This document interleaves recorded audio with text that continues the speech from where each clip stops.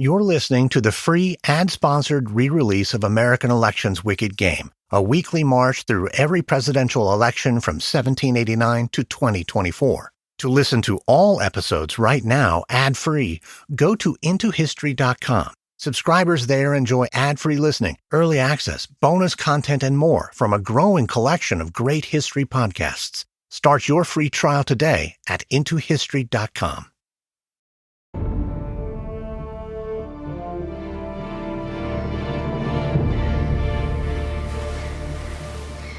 It's Tuesday, June 17th, 1788, on a tiny rocky island at the head of the Boston Harbor.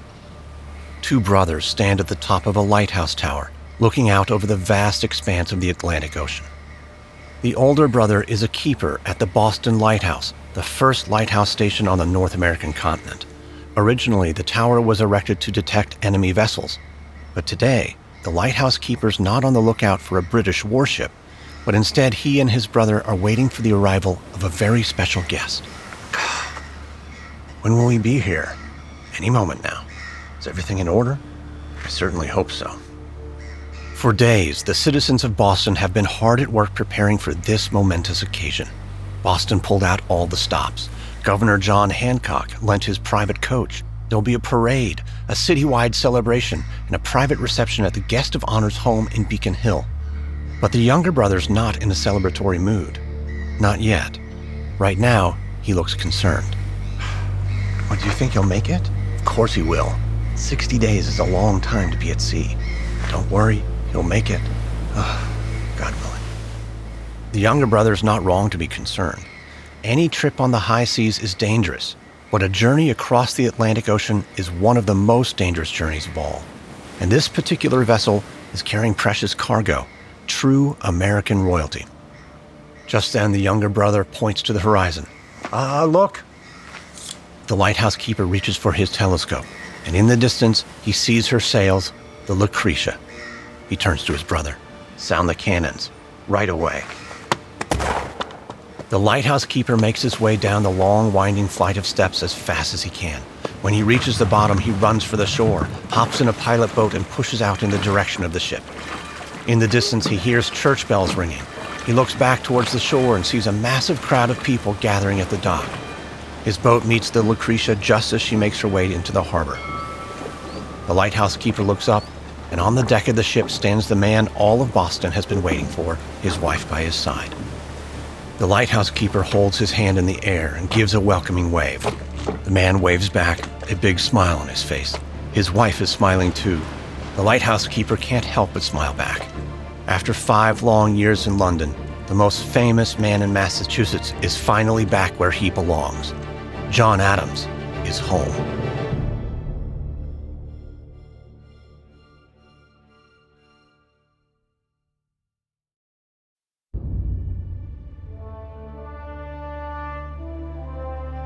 From Airship, I'm Lindsey Graham, and this is American Elections Wicked Game.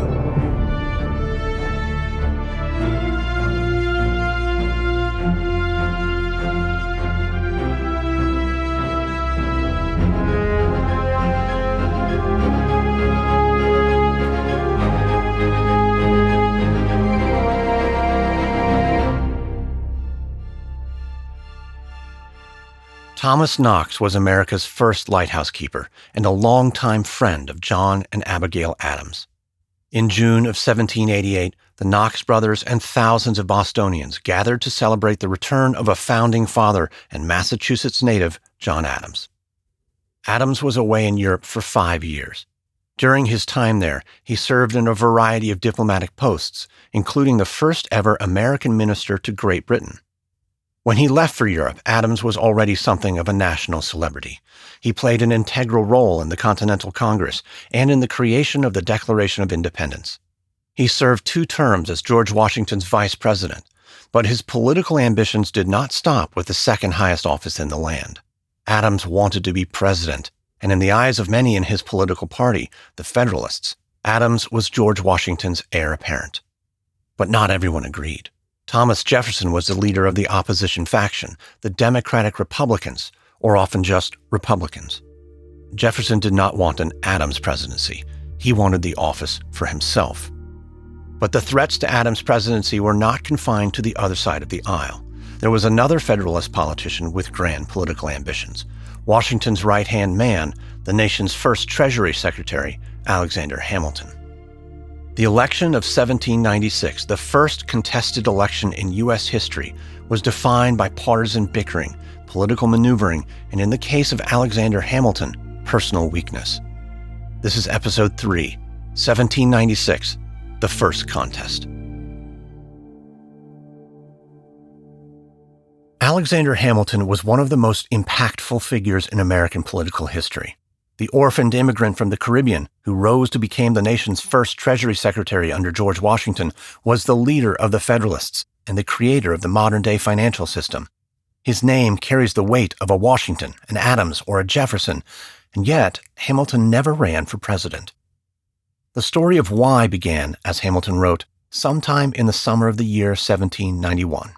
As Hamilton explained, a woman called at my house in the city of Philadelphia and asked to speak with me in private. I attended her into a room apart from the family.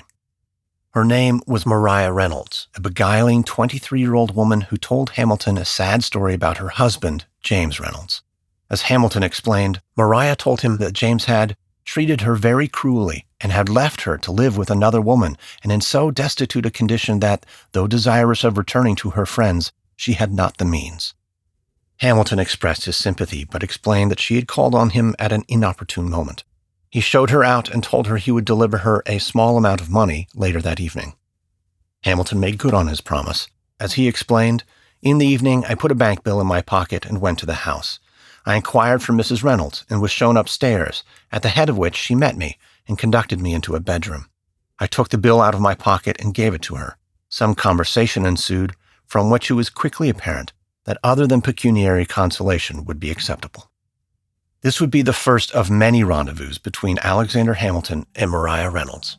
As Hamilton would later recall, I had frequent meetings with her, most of them at my own house. But the whole affair was a setup. Maria and her husband had laid a trap, and soon Hamilton was making frequent hush money payments to the husband who was threatening to expose Hamilton's infidelity.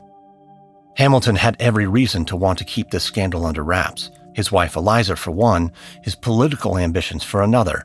But perhaps, though, there was still yet another reason: his relationship with President George Washington. Since the war, Hamilton had been Washington's most trusted advisor. If Hamilton's secret were to be made public, it would bring shame not only on him, but on George Washington, a man Hamilton loved and feared in equal measure. By falling into the arms of Maria Reynolds, Hamilton was giving his enemies ammunition, and he was putting himself and his own career in the line of fire.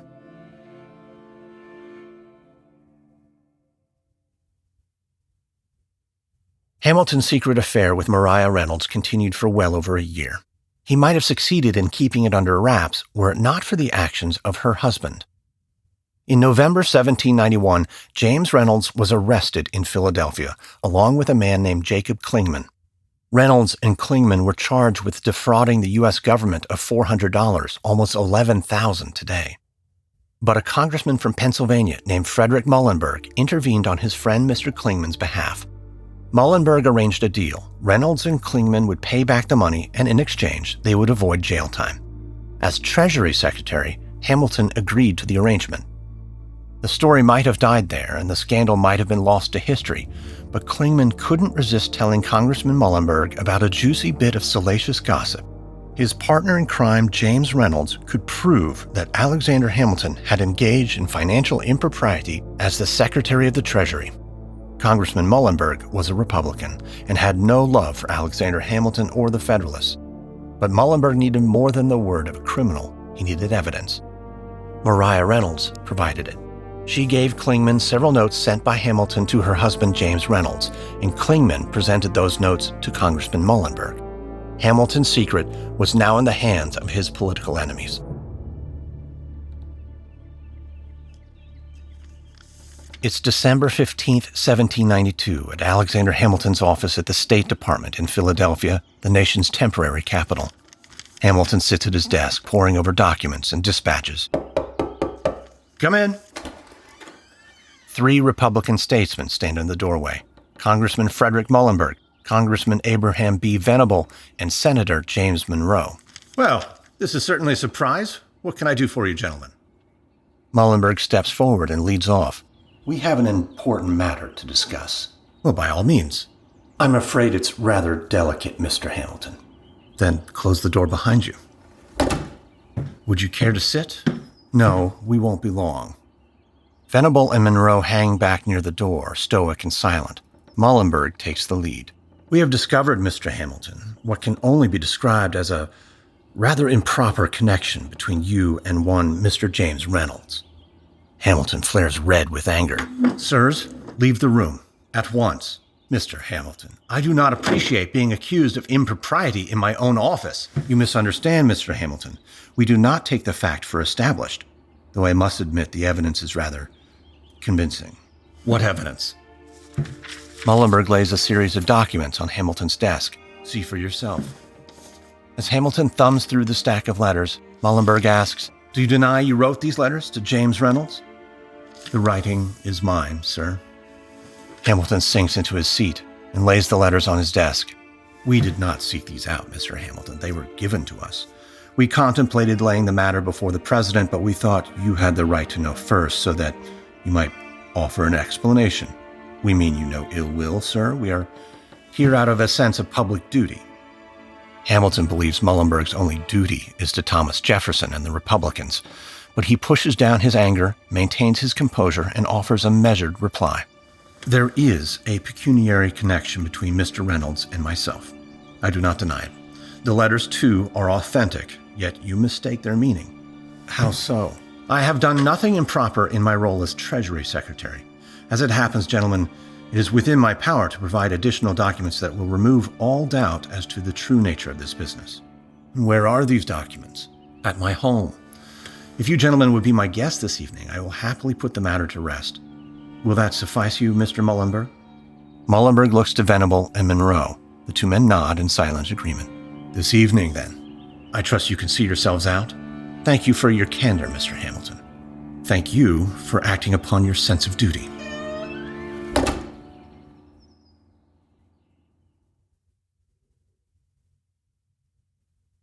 That night, in Hamilton's own words, I insisted upon going through the whole affair, and did so. Hamilton would write that the three men delicately urged me to discontinue the story, but Hamilton told them everything, from beginning to end, from the details of the affair with Maria to her husband's extortion. At the end of the meeting, the three statesmen were satisfied that Hamilton had done nothing improper as Treasury Secretary. The scandal was merely an affair, not financial impropriety. They agreed to keep the events confidential and went on their way, but it would be a promise that at least one of them would break. As Ben Franklin once observed, 3 may keep a secret if 2 of them are dead. 2 days after the meeting in his office, Hamilton requested the Maria Reynolds papers. James Monroe kept the originals and had copies prepared for Hamilton. The task of making those copies was given to a man named John Beckley, a longtime friend of Thomas Jefferson, the clerk for the House of Representatives and a future political operative for the Republicans. If Beckley had made more than one set of copies of the Maria Reynolds papers, there's little doubt he showed them to Hamilton's greatest political enemy, Thomas Jefferson. Days after his meeting with the 3 statesmen, Hamilton wrote, "'Tis the malicious intrigues to stab me in the dark, against which I am too often obliged to guard myself." The Maria Reynolds affair would hang over Hamilton's head for years to come. In early May of 1793, Hamilton received a letter from an old friend, Henry Lee of Virginia. Lee wrote, "Was I with you, I would talk an hour with doors bolted and windows shut, as my heart is much afflicted by some whispers which I have heard." Hamilton was a rising political star. Had he desired to run for president, he would have had strong support from the Federalists, and potentially the endorsement of George Washington. But Alexander Hamilton never expressed any outward intention to run, not in 1796, and not ever. In his biography of Hamilton, author and historian Ron Chernow offers an interesting theory as to why. In the fall of 1796, a man named Noah Webster, the editor of the Minerva, a Federalist newspaper, floated Hamilton's name as a candidate for president. According to gossip journalist James T. Callender, shortly after the Minerva endorsement, a Republican operative confronted Hamilton in New York, to inform him that if Webster should in future print a single paragraph on that head, the Reynolds affair would be laid before the world. After that, Noah Webster kept his mouth shut about Alexander Hamilton. Perhaps Hamilton knew his personal mistakes made his candidacy impossible. Perhaps he was worried about preserving his marriage to his wife Eliza or the reputation of George Washington. Whatever the reason, the presidency was something Hamilton never sought. In modern times, candidates typically plan their campaigns for years in advance. They put themselves forward. They vie for the party's nomination in a primary used to whittle down candidates to a single national ticket. But in 1796, the modern system would have seemed outlandish, appalling. Even the notion of campaigning was considered scandalous. Party tickets or running mates were not even contemplated by the Constitution, and the idea of political parties was reviled. George Washington had never sought the office, and he never made public overtures advocating for himself. And so in the upcoming contest, Adams and Jefferson would abide by the precedent Washington had set. In February of 1796, Adams would write to his wife, "I am determined to be a silent spectator of the silly and wicked game." Still, in spite of public sentiment, the two political factions were maturing into organized parties. Leaders in Congress recognized the need to bring together the diverse interests of the states and achieve national unity. And in the late 1790s, a new partisan system of choosing candidates emerged. Months before George Washington officially announced his intention not to seek a third term, Republicans were already hard at work putting the new system into play. In April of 1796, Republican members of Congress met in a secret caucus. It was arguably the first national party caucus in American political history, and the origin of the nominating process that would come to be called King Caucus. At this meeting, the leadership of each state unanimously agreed to back Thomas Jefferson for president. After learning of the Republican caucus, Alexander Hamilton wrote to a fellow Federalist, "A most important crisis ensues. Great evils may result unless good men play their cards well and with great promptitude and decision." For the lack of open political campaigning by presidential candidates left a void ripe for exploitation. The war of political ideas would be fought not in the halls of Congress or the seats of power, but in the small towns and rural communities of a key battleground state that could sway the entire outcome of the 1796 election, Pennsylvania.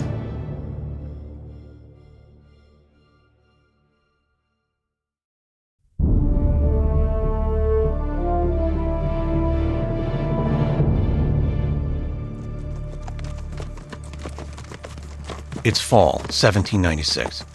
Two men on horseback make their way through a small town in Northumberland County, over 100 miles northwest of Pennsylvania. The riders are traveling light, bare necessities only. They've journeyed hundreds of miles, making their way around Pennsylvania, drumming up support for their presidential candidate of choice, Vice President John Adams.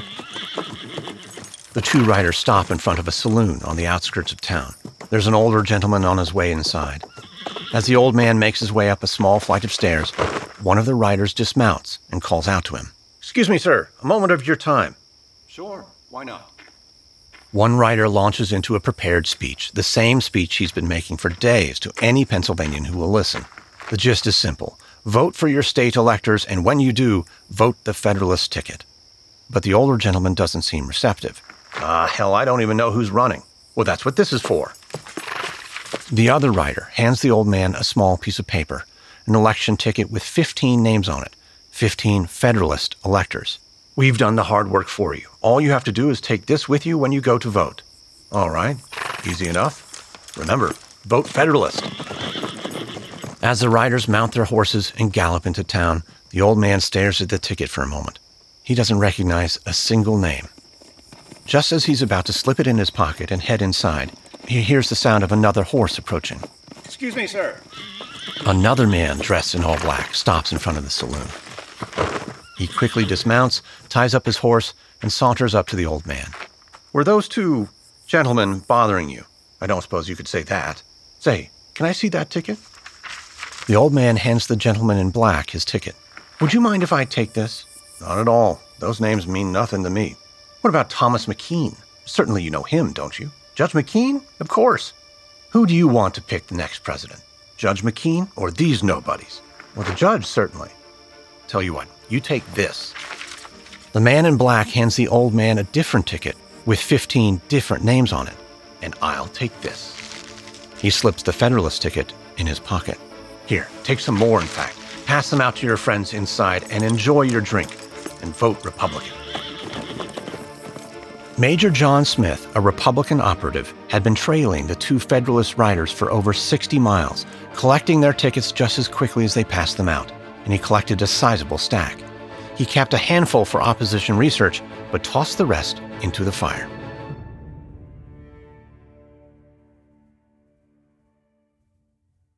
One of America's earliest and perhaps most confusing political institutions is the Electoral College.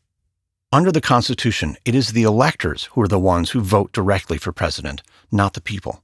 And in 1796, there were 16 states with 16 unique sets of rules for choosing electors. In states like New York, Connecticut, and Tennessee, the people voted for state representatives, and once elected, those representatives chose the electors. But in some states, electors were chosen directly by the people through a popular vote. One of those states was Pennsylvania, and it was there, in many respects, that America's first modern presidential campaign took place. In drumming up support for their candidates, Federalists focused their efforts on major cities like Philadelphia, the nation's temporary capital, but the Republicans focused on rural communities like Northumberland County. The Republican campaign was spearheaded by a political operative named John Beckley, the same man who had allegedly delivered Thomas Jefferson the Maria Reynolds papers. Beckley was arguably America's first campaign manager, and he had his work cut out for him. In 1796, Federalists controlled the Pennsylvania state legislature, which gave them a massive advantage. Federalists there had succeeded in securing a statewide popular vote for presidential electors. This favored their party because of strong Federalist support in heavily populated cities like Philadelphia. Rural areas tended to favor Republicans, but due to their remote locations, traveling to the polls was often prohibitive. Perhaps knowing this, Pennsylvania Federalists scheduled the presidential election just a few weeks after the state election. Most rural Pennsylvanians could not afford to make the long trip to the poll twice in a month. And the Federalists had banned pre-printed tickets. Voters were required to present handwritten ballots with the names of 15 electors. This, too, was a challenge for rural voters, many of whom were illiterate. So the first thing Beckley and his team of lieutenants did was print voter guides en masse, with instructions on how to vote and who to vote for, picking electors with statewide name recognition. One guide read, "Subjoined is a list of 15 good Republicans, friends of the people who love liberty, hate monarchy, and will vote for a Republican president. Remember, Friday the 4th of November." It was illegal to pre-print ballots, but the law said nothing about pre-writing them. So Beckley hired a team of nearly a dozen clerks, and in the weeks leading up to the election, they worked around the clock and created 50,000 handwritten ballots, which were distributed around the state by operatives like Major John Smith, the man who stole Federalist tickets in Northumberland County. In the fall of 1796, Major Smith traveled the rural parts of Pennsylvania doing Beckley's bidding and ginning up support for Republican candidates. In a report to Beckley, Smith wrote, "I undertook and performed a journey of more than 600 miles. The object I had solely in view was to make Mr. Jefferson president. For upwards of 3 weeks that I was out, there was not one day I was not on horseback before the sun rose, nor put up at night till after it set. In that time, I held 18 public meetings." These town hall-style meetings were held all across the state. Citizens who attended were given the chance to participate, to vote on potential electors to be included in voter guides and on pre-written tickets. It was a true grassroots campaign, unprecedented for its time, but the Republicans weren't the only ones hard at work in Pennsylvania. In the city of Philadelphia, the Federalists were at war with the opposition party, but with each other too. Between October and November of 1796, John Fenno's Federalist newspaper in Philadelphia, the Gazette of the United States, published dozens of editorials by a writer calling himself Phocion. Phocion used his platform primarily to attack Thomas Jefferson. The anonymous writer was, of course, Treasury Secretary Alexander Hamilton. And on October 15th, he wrote an essay that ventured into dangerous territory. In the essay, Hamilton made reference to Thomas Jefferson's sexual relationship with one of his slaves, a woman named Sally Hemings. Jefferson's wife, Martha, had passed away in 1782. In the years that followed, Jefferson had fathered at least 6 of Sally Hemings' children. She had worked in the Jefferson household and traveled with him to Paris. Later in life, Jefferson would free Sally's children, the only slave family he would ever free. But in spite of the special treatment Sally received, Jefferson had to keep their relationship a secret. It would have disgraced his reputation with his fellow Virginians, and it would have given ammunition to his political enemies. With the election approaching, in the fall of 1796, Hamilton decided to use that ammunition. In another essay written on October 19th, Phocion made another reference to Jefferson's sexual life, writing that Jefferson's simplicity and humility afford but a flimsy veil to the internal evidences of aristocratic splendor, sensuality, and Epicureanism. In response, on October 23rd, a Republican newspaper called the Aurora fired back with an anonymous editorial that took aim at Hamilton's private life, specifically the Maria Reynolds affair. The unnamed author asked why Hamilton had not been properly investigated as Treasury Secretary, writing, "Would a publication of the circumstances of that transaction redound to the honor or reputation of the parties? And why has the subject been so long and carefully smothered up?" After that editorial, Phocion stopped taking shots at Jefferson's bedroom activities. Although there is no evidence, Virginian James Monroe had a theory about who wrote the article in the Aurora. He told a friend, "I presume that Beckley published the papers in question." Hamilton feared a Jefferson presidency more than almost anything. In the fall of 1796, he wrote, "All personal and partial considerations must give way to the great object of excluding Jefferson." But there was something else he feared, a threat from within the ranks of his own party. John Adams may have been the Federalist Party's heir apparent, but Alexander Hamilton was determined to deprive him of the throne. Hamilton's strategy to deny the presidency to Thomas Jefferson and John Adams was simple. Find a respected Southern Federalist who could steal votes away from Adams in the North and Jefferson in the South. Hamilton's man was Thomas Pinckney, a war hero, a diplomat, and the former governor of South Carolina. The reputable Pinckney had name recognition, but he had strikes against him too. Pinckney was a plantation owner, and he was ardently pro-slavery. Because of his conduct as vice president, John Adams was still popular with many in his party, especially in the North, where anti-slavery sentiment was more common. So Hamilton had to be clever. Publicly, he encouraged all electors to vote evenly for Adams and Pinckney, but behind closed doors, he was singing a different tune. Writing again as Phocion, Hamilton urged, "Were I a Southern planter owning Negroes, I should be 10,000 times more alarmed at Mr. Jefferson's ardent wish for emancipation than at Mr. Adams' system of checks and balances." But Hamilton was not giving a nod to Adams. He was blowing a dog whistle to Southern voters. Federalists in the South were ardently pro-slavery. If Jefferson could be cast as an advocate of emancipation, Hamilton hoped that Southern pro-slavery interest would reject Jefferson, pass over the anti-slavery John Adams, and swing to his candidate, Thomas Pinckney. Pinckney was already far more popular than Adams in the South, and if Hamilton could build a coalition of Jefferson defectors in the South and win over enough electors in the North, Pinckney could edge Adams out. Adams did not see Hamilton coming, but Thomas Jefferson did. He wrote a letter to Adams, "You may be cheated of your succession by a trick worthy the subtlety of your arch friend of New York." But at the urging of James Madison, Jefferson never sent the letter. Madison convinced Jefferson his letter might be misconstrued as an attempt to gin up discontent among the Federalists. It was better to leave the scheming to Alexander Hamilton. Hamilton's ploy would not stay a secret forever, though. In the run-up to the 1796 election, the truth would come out, and his plan would backfire. Hamilton's relationship with John Adams would be damaged, his standing in the Federalist Party compromised, and his greatest political enemy, Thomas Jefferson, would be handed the second highest office in the land. Hamilton's scheme would be exposed by one of his longtime political foes, a powerhouse in New York politics, and Thomas Jefferson's vice presidential running mate, Senator Aaron Burr.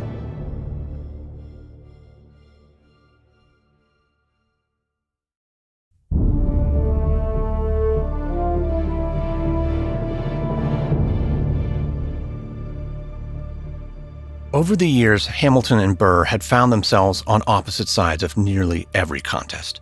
In the early 1790s, Hamilton had subverted Burr's campaign for governor of New York. In 1792, Hamilton repeated the insult by actively campaigning against Burr's bid for vice president. But in December of 1796, Burr returned the favor. He gave John Adams evidence of Hamilton's pro-Pinckney scheme. Perhaps Burr was looking for payback, or perhaps his motives were more self-interested. Burr had personal skin in the game. He had emerged as a contender in the 1796 election, a Republican favorite for Jefferson's vice president, and since as far back as September 1796, he had been making the rounds in New England, whipping up support for his candidacy. Though Burr identified as a Republican, in the 1796 contest, his allegiance was questionable. Members of both parties expressed concern that Burr was only in it for himself. So perhaps Burr handed over the evidence in an attempt to stir up division in the Federalist Party and give himself a better chance of winning the vice presidency. Adams was livid. He called Hamilton a Creole bastard and a hypocrite. Abigail wrote to her husband, "Beware, that spare Cassius has always occurred to me when I have seen that cock sparrow," she wrote. "Oh, I have read his heart in his wicked eyes. The very devil is in them. They are lasciviousness itself." John replied to his wife, "I shall take no more notice of his puppyhood, but return him to the same conduct that I always did, that is, to keep him at a distance." The Adamses weren't the only ones revulsed by Hamilton's scheming. When New England electors learned of Hamilton's plot, they were insulted. These pro-Adams electors likely would have given their second votes to Pinckney, but in retaliation against Hamilton, they voted for Thomas Jefferson instead. When the ballots from all 16 states were counted in February of 1797, the result was a split ticket.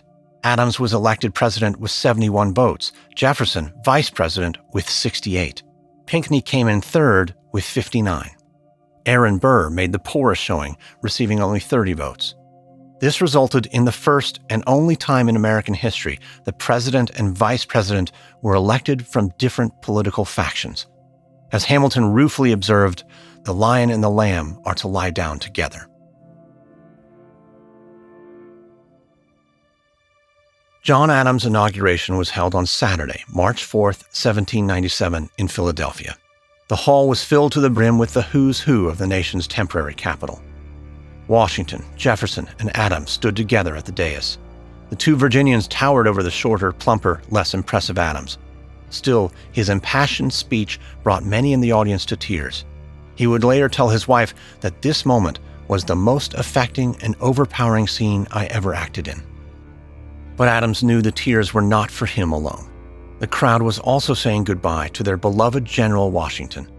Adams would also later write of the event, "A solemn scene it was indeed. Methought I heard Washington think, 'I am fairly out, and you are fairly in. See which of us will be the happiest.'" Adams had won the election by a thin margin, just 3 votes, and blamed Hamilton for his poor showing. But perhaps the real culprit was the Republican Party's well-oiled political machine. New England had voted solidly for Adams, the South just as solid for Jefferson. But in Philadelphia, the results painted an interesting picture of what might be in store for the country. Republicans had won Pennsylvania. They had taken Philadelphia County with more than 80% of the vote and had even won the city of Philadelphia, a Federalist stronghold. If Beckley's campaign worked in Pennsylvania, it could work again in future elections, and they got started right away. In the summer of 1797, gossip journalist James T. Callender wrote a series of pamphlets titled The History of the United States for 1796. Callender promised readers that he would publish smoking gun evidence of Hamilton's improper conduct as Treasury Secretary. One of the pamphlets cited documents that allegedly proved misconduct between Hamilton and 2 men, Jacob Clingman and James Reynolds. On July 8th, Hamilton responded in the Federalist Press. He fessed up to the legitimacy of the documents, but flatly denied any improper conduct. Callender fired back.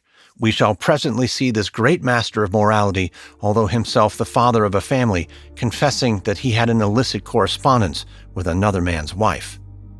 Hamilton found himself again in a familiar position. He would have to own up to the affair, this time in public. In mid-July of 1797, he wrote a 95-page response that would come to be called the Reynolds pamphlet. The pamphlet vindicated him, but it ruined his reputation and was the final nail in the coffin of his political ambitions. After reading the pamphlet, Abigail Adams wrote, "Alas, alas, how weak is human nature."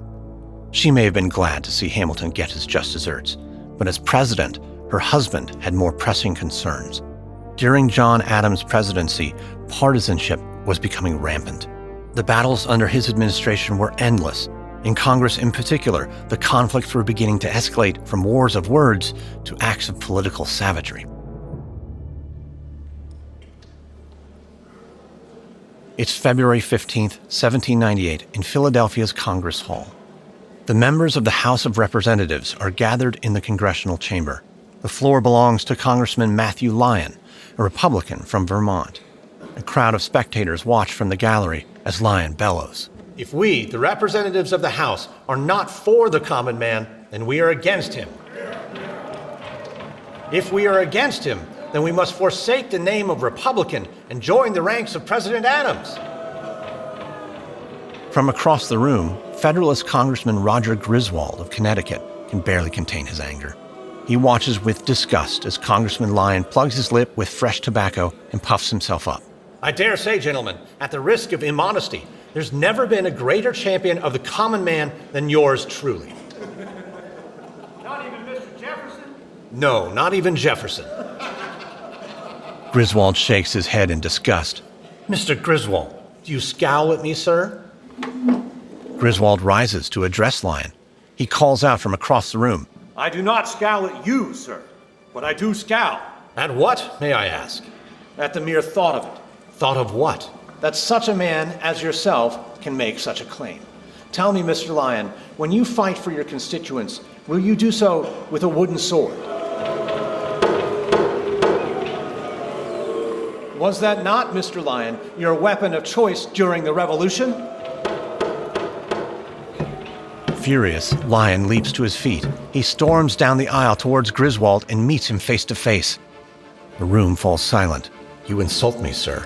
Your record in the war does that on its own. Will you retract, Mr. Griswold?" "I will not." Lyon's face is beet red with anger. He rears back his head, opens his lip, and spits a stream of tobacco juice on Griswold's face.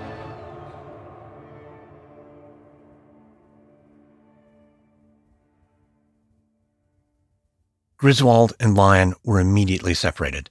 The galleries were emptied. When the Speaker brought the House back to order, a motion was made to place Lyon in the custody of the Sergeant-at-Arms. The motion was defeated. 2 weeks later, Griswold had his revenge. He attacked Lyon with a wooden cane, striking him repeatedly. Lyon defended himself with a pair of tongs from a nearby fireplace.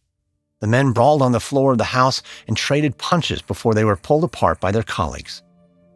The underlying cause of the Griswold-Lyon scuffle was personal, but it was also political. Griswold was a staunch supporter of President John Adams. Lyon thought Adams was leading the country towards disaster. The fight was indicative of the partisan climate of the Adams administration and the upcoming presidential election. In 1796, in spite of rampant political discord, the electoral process had worked. The peaceful transfer of power from one administration to the next had occurred without incident. But in the election of 1800, unprecedented partisanship would put that process to the test and bend the electoral system almost to the point of breaking.